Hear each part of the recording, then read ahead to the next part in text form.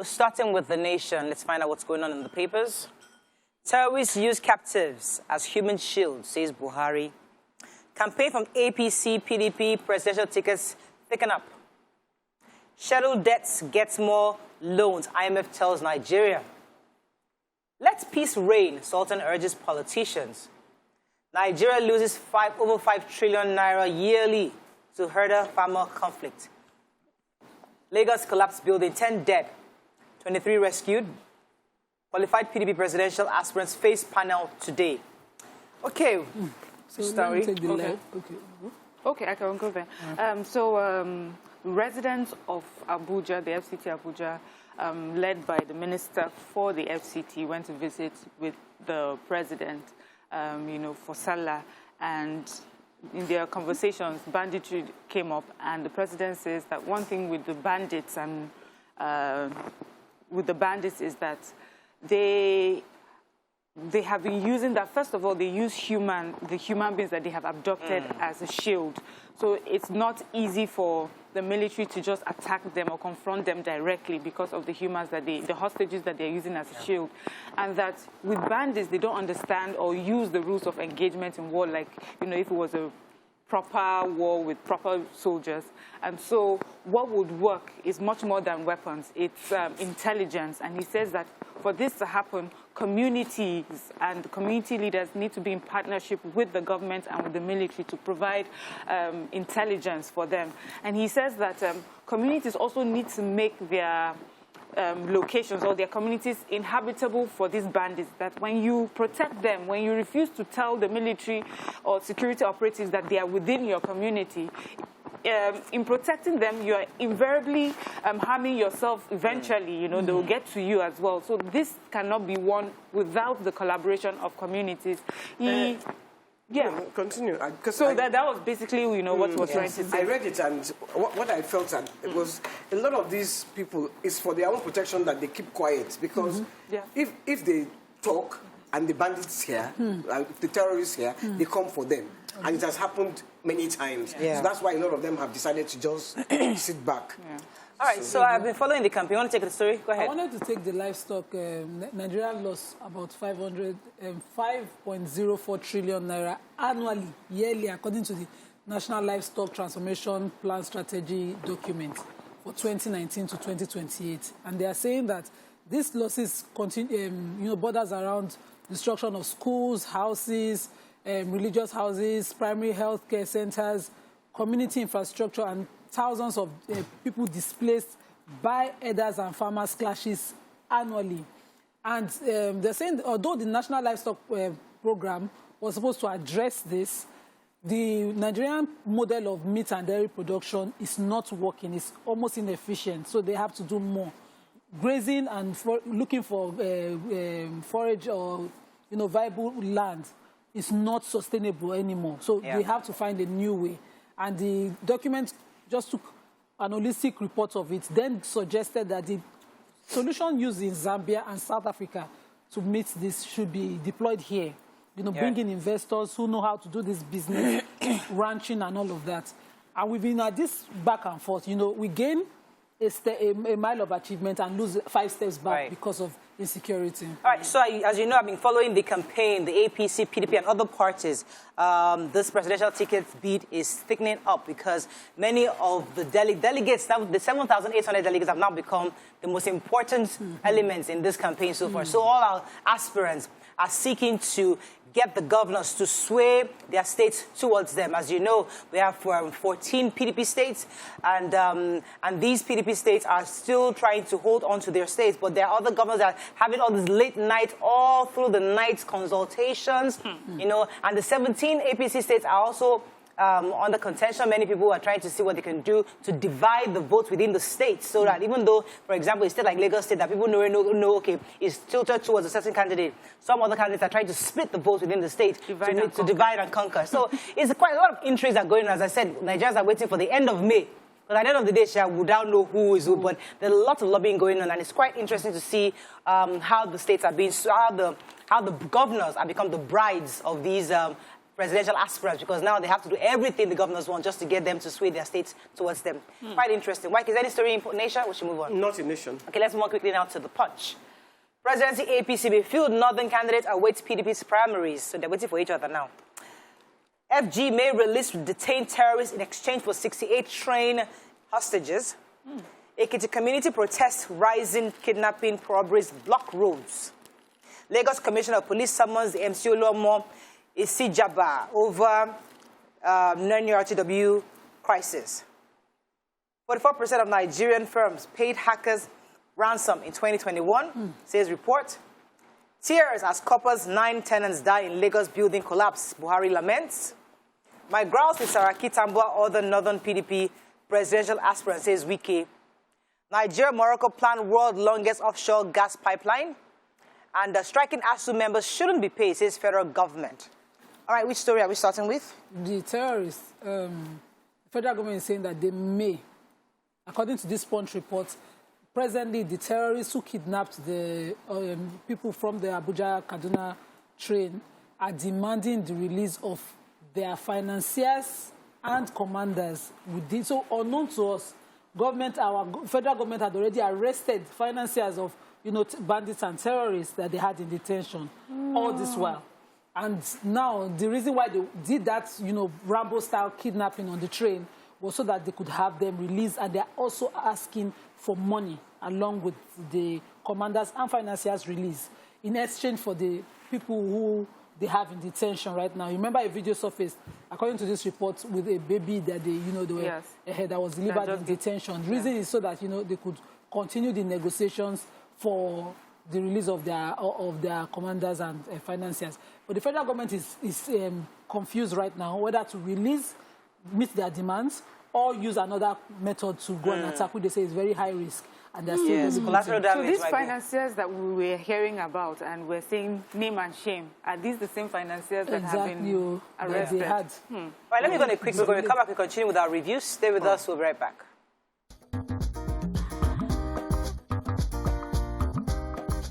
Stay tuned.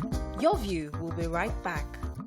Thanks for staying with us. We're still reviewing Punch. Yes, Mary, want to take a story? This story says 44% of Nigerian firms paid hackers ransom in 2021. So the report is saying that about 71% of Nigerian organizations are being hit by ransomware.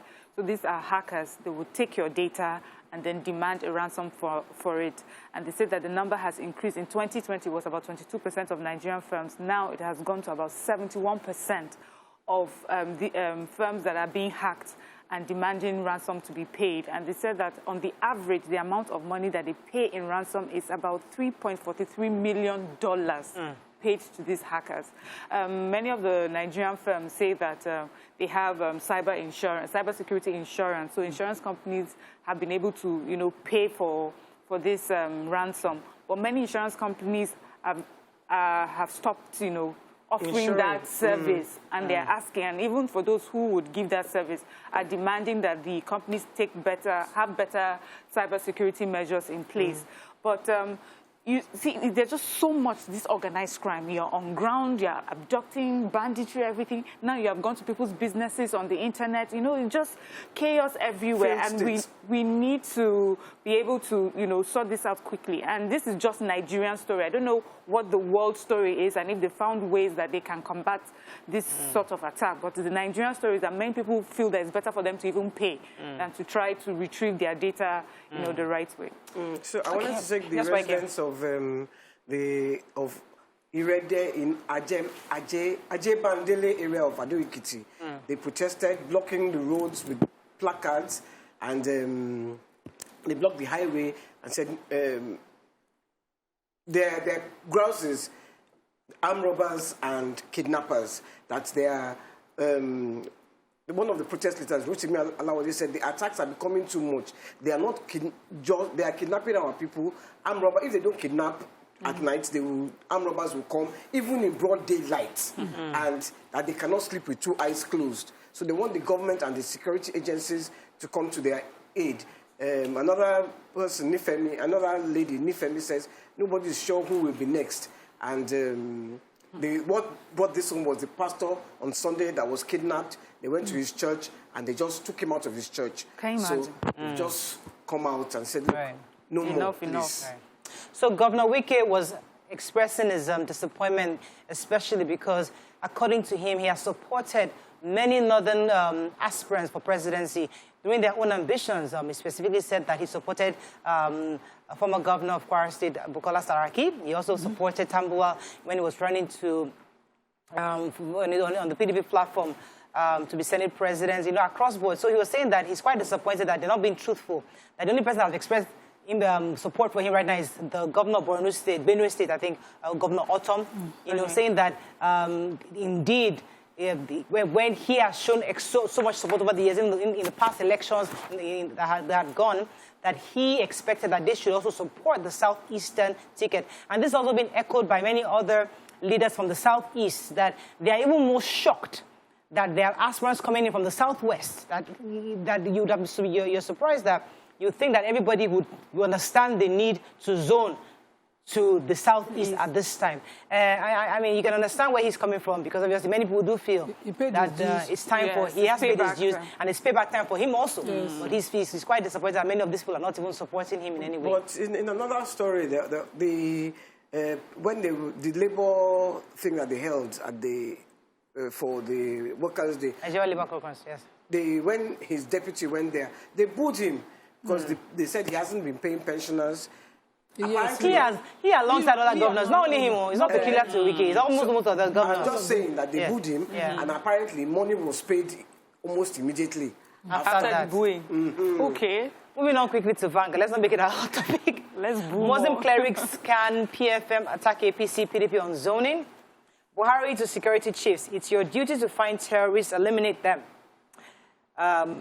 Ido-Fitri governors seek prayers for Nigeria's security and unity. NURTW crisis, call your followers to order. CP, that's the Commissioner for Police, wants MC Oluomo and Isi Jagba. 2023, my presidential ambition still speculation, says Lawan. 2023, again, Tinubu best prepared for presidency, says Lagos APC. World Press Freedom Day, editors say media freedom under attack in Nigeria. Gunmen behead 2 soldiers, kill policeman, 4 others in Anambra and Imo State. And tragedy as 4-year-old mother, others die in the Lagos collapse building. Yeah. So which story, Nima? World Press Freedom Day. Today, globally, is World Press Freedom Day, and the Nigerian Guild of Editors are using this to say that, they have inalienable rights to access and disseminate information through an independent press, and this was under attack presently in Nigeria. I read through the stories, for examples. I was hoping I would see names of journalists presently being detained or, how gagging. But they said they're using political as well as economic policies to sort of stifle press freedom in Nigeria, and that should stop, that they must have continuous access to information and be able to disseminate the right information to the public. I want to quickly say that I agree totally with the the Nigerian Guild of Editors, but I do not believe that press freedom includes social media freedom. Social media has to be regulated. We need that. Okay, YK? Yeah, I was going to take the 2 soldiers that were beheaded. Okay. This was in Owerri. They were on their way to their for a traditional wedding. The 2 of them, Linus and his wife, his fiancée. When the gunmen intercepted them, took them. Apparently, according to another paper, they raped the lady first before they shot both of them and beheaded them in a viral video. And pictures, they took pictures and put it on. Did the beheading a viral video? In the video? So there's a video going around. And there was also a phone call where you could hear them talking to another lady. And they were saying, that they have, they are military, so they have killed them. The military are consistently killing innocent residents. So the guy was saying to the girl, it's quite unfortunate that this is this way. I killed both of them yesterday. The suspected gunman was heard saying in a police conversation, in a phone conversation, sorry. And the caller, the girl, now was on the phone with him, burst into tears. And then they were now making fun of her. Yeah. Look, she's crying. I just... Like this couple were on their way to do their traditional wedding as well. And there's another story of policemen in Anambra State, 4 of them that were killed. They said 4 persons, sorry, including a policeman, that were killed at there's a particular junction they call it. They said it's known to be a notorious junction area. Uzubulu. Okay, good. So the gunmen went to, so they killed a policeman. Amongst them, there were 2 brothers. They went to one of the brothers' houses. He's a community leader. They killed him there. They took his younger brother, tied him up, took him away, and dumped somewhere. So it looked like they had killed him as well. So I really, the police command has confirmed that incident, and we just hope, that something is done, that these unknown gunmen don't keep being unknown gunmen. What is truly their agenda? What are they seeking? What do they want? Because you're killing yourself, your people. You're killing the same people from your community. Are you sure they're even Nigerians killing? Because I doubt if Nigerians can do this to each other. I doubt it. This is past that stage. I think I don't know. Now there are certainly elements of Nigerianness in this. We need to stop it. We have to wrap up very quickly, but the Commissioner for Police had to warn MC Oluomo's and his colleague. Istijaba, thank you, Istijaba, to control their followers because of the clashes that have been happening at the parks and garages after the state government has suspended the activities of the NURTW across the state. And they're saying that they need to, because they can't keep destroying things within the state. I mean, we're still trying to recover from NSAS and the destruction that happened. You can't now continue to, in the name of clashes between those groups, destroying infrastructure or properties of the state. So they've called both leaders to put their houses in order and ensure that this stops immediately. I have to run off. Is there any story that's important? The Nigerian Tribune, let's find a story we've not taken at all. Buhari tweets for the first time since federal government had banned Twitter. PDP heads for appeal court over the ruling of conduct of primary election. FIFA fines Nigeria 63.9 million naira for fans' misconduct after the Ghana match. And I think that's about the only story. And the major headline, dumping zoning will kill and bury Nigeria, says Clark Adebanjo Obiozo to NEF. That's it, So FIFA has, we are paying 63.9 million naira to FIFA. Yes, fine. Yeah, for our bad behavior during the last match that was played here. And then the next match that will be played in our country, Nigerian fans will not be able to participate. It will be done closed doors. So good for you. I feel like Serves us right, right? The president tweeted for the first time in commemoration of the Eid al-Fitr. He tweeted pictures of himself and his family at the praying ground. Okay. That's all we can take on Front Page Review. When we come back, move on to our first guest of the day. Stay with us. We'll be right back.